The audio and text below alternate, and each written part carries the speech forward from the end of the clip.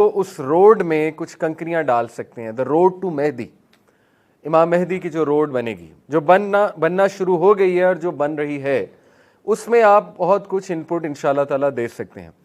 آگے کا جو دور ہے وہ بہت کٹھن آنے والا ہے اور پناہ مانگنی چاہیے, آسانی مانگنی چاہیے. پری مہدی ٹائمز میں وارز بھی ہیں اور وہ بہت بگ وارز ہیں, اور اس میں خصوصاً عربز کا ذکر آتا ہے کہ بہت مار پڑنے والی ہے, عربز کو بہت مار پڑنے والی, جو کہ ہم دیکھ رہے ہیں, اللہ معاف کرے.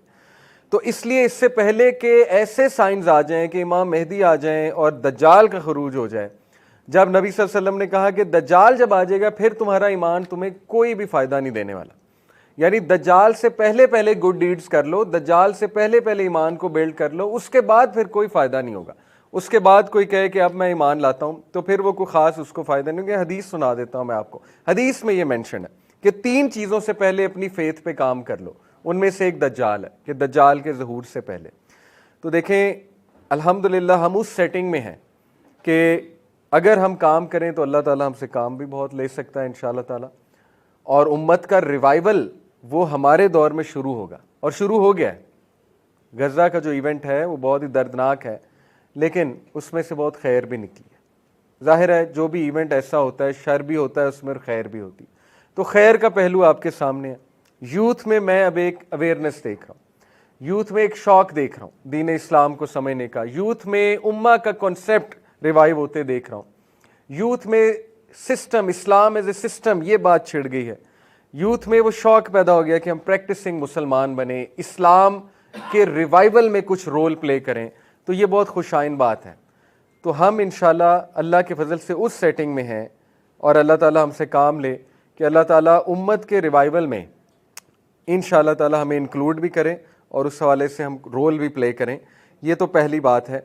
دوسری بات, یہ ٹاپک بہت فیسینیٹ کرتا ہے یوتھ کو, اور اس پہ بہت مزہ بھی آتا ہے بات کرنے میں, because it's such a topic جو آپ کو پتہ ہے کہ اس پہ بہت سی تھیوریز, کانسپریسیز بھی, انٹرپریشنز ہمیں ایسی ملتی ہیں کہ جس کو ہم کہہ لیں کہ ایک ڈوپامین ملتی ہے.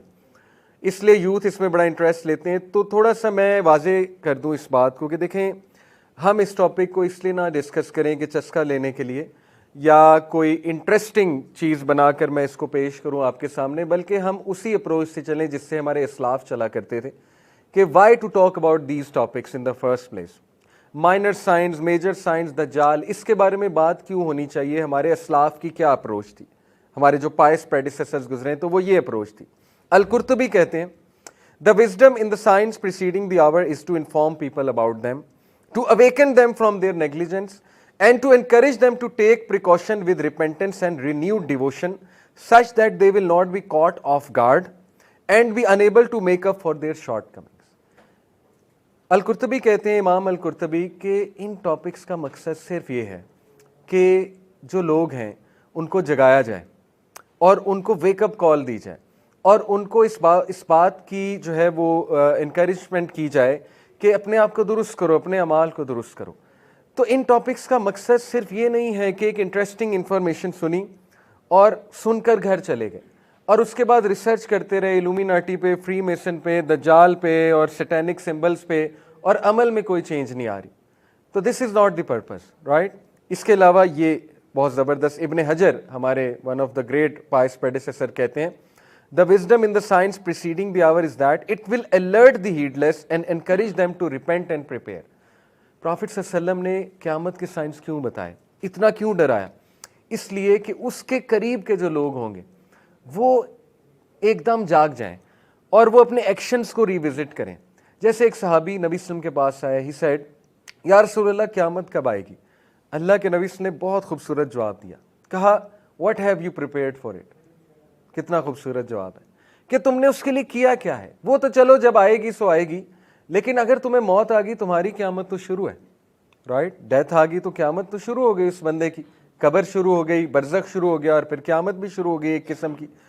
تو بہرحال یہ ہے مین پرپز. اسی طرح الاعلائی he writes, the purpose of these reports is to encourage initiative in performing good deeds before our end and to make the most of our time before disaster strikes. ایک دور تھا میرا GIK کا, جب میں university student تھا. Arrival کسی نے دیکھی ہے, ایک ڈاکیومنٹری آئی تھی, پرانے دور میں دی ارائیولز کے نام سے، میرے خیال آپ میں سے کسی نے نہیں دیکھی، تو اس نے ایک دم سب کو بڑا شیک کر دیا تھا یوتھ نے. وہ پہلی بار فری میسنری پہ اور جو دجالک کچھ ایسی چیزیں ہمیں ملتی ہیں، سائنس، سمبلز اور میوزک کا کیا تعلق ہے فتنہ دجال سے، اس کے اوپر وہ پوری سیریز بنی تھی. تو یقین کریں کہ اس نے بڑا تہلکہ یوتھ میں مچایا تھا. یہ میں بات کر رہا ہوں آج سے کوئی 15-16 سال پہلے کی، 2009-2008 کی بات کر رہا ہوں. تو وہ سیریز بہت فیمس ہوئی تھی. It took the internet by storm, it took the YouTube by storm. تو مجھے یاد ہے کہ اس سیریز کا ایک فائدہ بھی ہوا تھا، آلدو اس میں بہت سی چیزیں بڑی کنٹروورشل اور کانسپیریسی تھیوریز بھی تھیں، لیکن اس کا ایک فائدہ ہوا تھا کہ بہت سے نوجوانوں کو میں نے خود دیکھا تھا کہ they actually started to think and critically analyze everything around them, اور many of them actually left Hollywood and music industry and so on and so forth. اور ظاہر ہے کہ many of them I saw کہ they took an initiative to start performing good deeds. تو یہ مقصد ہونا چاہیے. اگر تو یہ اچیو ہو رہا ہے نا ان ٹاپک سے تو ویل اینڈ گڈ، لیکن اگر یہ ٹاپک صرف جو ہے نا وہ ذہن کا ایک چسکا ہے اور بس سنی جاؤ اور ریسرچ کیے جاؤ اور اینڈ میں رزلٹ کوئی نہ نکلے، کوئی عمل نہ آئے، تو پھر یہ ٹاپکس ٹو بی آنیسٹ کوئی فائدے مند نہیں ہے. تو ہم اسی اپروچ کے ساتھ چلیں گے کہ ہم موٹیویشن لیں کہ فتنہ دجال بہت سویر فتنہ ہے اور اس سے بچنا کیسے انشاءاللہ تعالی، اور ہم نے اپنے آپ کو بہتر کیسے کرنا ہے. سب سے پہلے دیکھیں دجال کے حوالے سے بہت بات ہوئی ہے، اور بہت بات سے میری مراد ہے کہ یوٹیوب پہ بہت سے آپ کو ایسے اسپیکرز ملیں گے جو اس ٹاپک پر بات کرتے ہیں. میں نے بھی کافی بات کی. تو doctor Israr to name one, right, انہوں نے بہت اس ٹاپک پہ بات کی ہوئی ہے. اس دور میں کی ہے جب اتنی بات نہیں ہوتی تھی. ساحل ادیم بھائی نے بات کی سورہ کہف کے حوالے سے.